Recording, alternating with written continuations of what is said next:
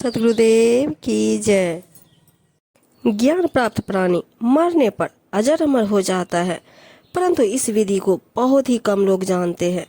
कबीर जी कहते हैं, मरना निश्चित है तो मरने की कला सीखो। संसार के रोग शोक घटना दुर्घटना आदि सभी मृत्यु के माध्यम है। कोई भी दवा या औषधि मृत्यु को रोक नहीं सकती। संसार में जो जन्म लेता है उसकी मृत्यु निश्चित है। मृत्यु की अनिवार्यता को जानते हुए भी प्राणी मृत्यु का स्वागत या सामना न कर उससे मुंह छिपाने का प्रयास करता है।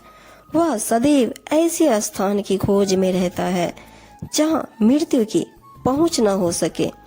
वास्तव में सृष्टि में ऐसा कोई स्थान नहीं है जहां मृत्यु पहुंच न सके। संपूर्ण सृष्टि ही नश्वर है। प्राणी की आयु हर क्षण मृत्यु की ओर बढ़ती जाती है। कबीर साहब के अनुसार जब जहाज डूबने वाला हो तो सवारी क्या बचा रहेगा। बचने का उपाय जहाज के डूबने से पहले हो सकता है। उपाय यह है कि व्यक्ति डूबने वाले जहाज से पहले ही उतर जाए और दूसरा जहाज पकड़ ले। इस बात को ध्यान में रखते हुए कबीर जी ने जीवन की अपेक्षा मृत्यु का समर्थन किया है। रोगी और वैद्य सभी मर गए, परंतु कबीर जी जीवित रहे, क्योंकि कबीर जी ने दवा को छोड़कर राम को अपने जीवन का आधार बनाया। माया में पड़े वैद्य की दवा माया युक्त थी, जबकि कबीर जी का आधार निर्गुण राम है। सगुण बनने रूप धारण करने पर तो भगवान भी मरणशील हो जाते हैं। निर्गुण का आधार पाकर जो जीते जी मर लेता है वह अमर हो जाता है। कबीर जी ने माया से विरक्त होकर सुखों का त्याग देने और निर्गुण ब्रह्म को जीवन का आधार मानने का ज्ञानोपदेश दिया है। उनके अनुसार विषय से मन को मार देने से प्राणी जीवन मरण के चक्र से मुक्ति प्राप्त कर लेता है। कबीर जी कहते हैं, जीवत मृतक होए रहे तजे खलक की आस, रक्षक समर्थ सदगुरु मति दुख पावे दास। संसार की आशा त्याग कर जीते जी मर जाए, यानी कि सब अहंकार को त्याग दे।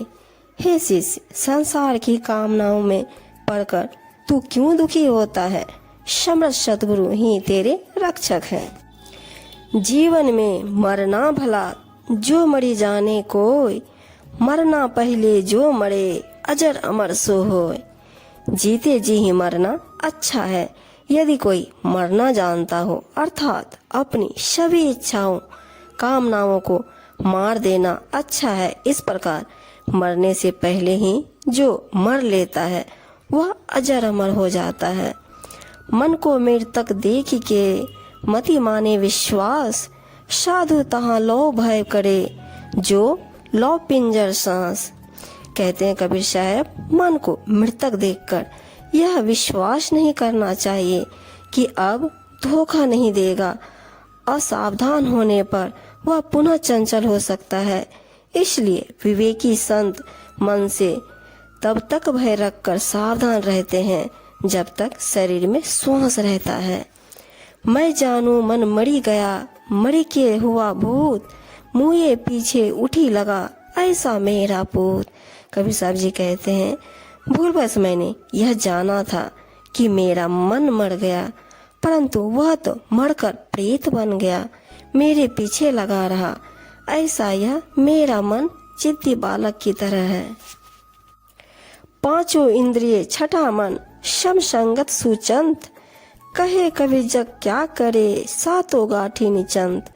कबीर जी कहते हैं कि आँख, नाक, कान, जीवा तथा त्वचा, इन पांचों ज्ञानेंद्रियों तथा छठे मन को सातवें सत्य चेतन स्वरूप में जिन्होंने स्वयं को जोड़ लिया है, ऐसे स्वरूप रत विवेकी को मन वासना रूपी यमराज क्या करेगा।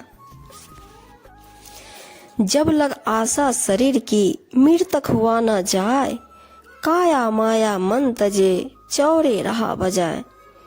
जब तक शरीर की आशा और आसक्ति है तब तक कोई मन को मिटा नहीं सकता। अतएव शरीर का मोह और मन की वासना को त्याग कर सत्संग के मैदान में विराजना चाहिए। भक्त मरे क्या रोइए जो अपने घर जाए, रोइए साकट बाप उड़े हाटो हाट बिकाए। कबीर जी कहते हैं, जिसने अपने कल्याण रूपी अविनाशी घर को प्राप्त कर लिया, ऐसे संत भक्त के शरीर त्यागने पर क्यों विलाप करते हो।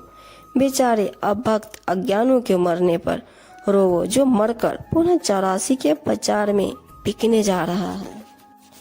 अजहू तेरा सब मिटे जो जग माने हार, घर में झगड़ा होत है सो घर डारो जार। कबीर साहब जी कहते, आज भी तेरा संकट मिट सकता है यदि संसार से हार मानकर निराभिमानी हो जाए।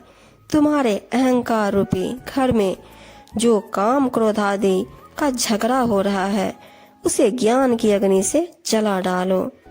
मैं मेरा घर जा लिया पलीता हाथ, जो घर जारो आप ना चलो हमारे साथ। कबीर जी कहते हैं कि शरीर में जो मैं मेरापन की अहंता ममता हो रही है, उसे ज्ञान की आग बत्ती हाथ में लेकर जला डालो।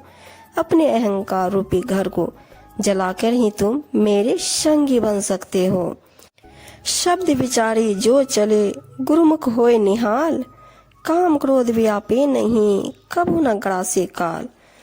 गुरुमुख शब्दों का विचार कर जो व्यक्ति आचरण करता है, वह कृतार्थ हो जाता है। उसको काम क्रोध जैसे सांसारिक क्लेश नहीं सताते और वह कभी कामनाओं के मुंह में नहीं पड़ता।